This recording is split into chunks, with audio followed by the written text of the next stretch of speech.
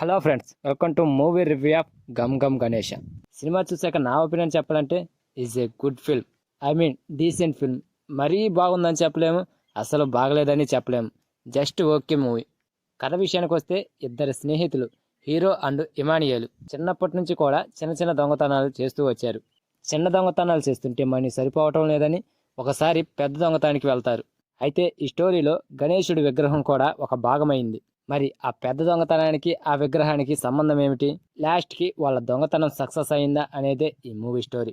Story line విన్నాక ఈ పాటికి మీకు అర్థమైపోయి ఉంటుంది ఈ సినిమా స్వామి రారా సినిమా తరహాలో ఉంటుందని. మీ థాట్ కరెక్టే.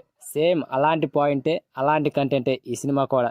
10 years బ్యాక్ వచ్చిన సినిమా కాబట్టి ఆ సినిమా ఇప్పట్లో ఎవరికి గుర్తుండదు.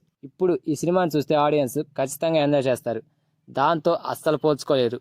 ఫస్ట్ హాఫ్ అంతా కూడా చాలా ఇంట్రెస్టింగ్గా సరదాగా సాగిపోతూ ఉంటుంది.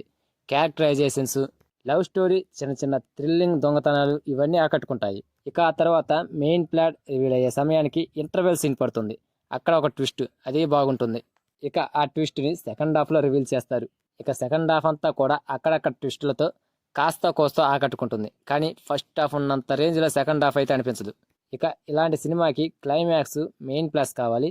కాకపోతే ఈ సినిమాలో నార్మల్గా రన్ చేసి ముగించేశారు.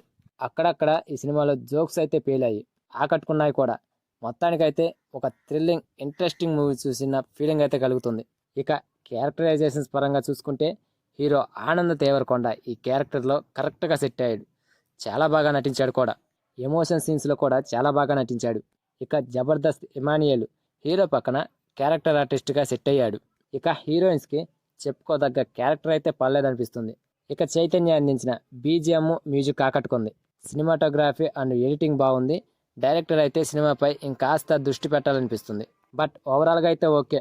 సో ఇది ఫ్రెండ్స్ ఈ సినిమా రివ్యూ. ఈ రివ్యూ కనుక మీకు నచ్చినట్లయితే ప్లీజ్ గైస్ లైక్ చేయండి, షేర్ చేయండి అండ్ సబ్స్క్రైబ్ చేసుకొని పక్కన ఉన్న బెల్ ఐకాన్ని క్లిక్ చేసుకొని ఆన్లో పెట్టుకోండి ఫ్రెండ్స్.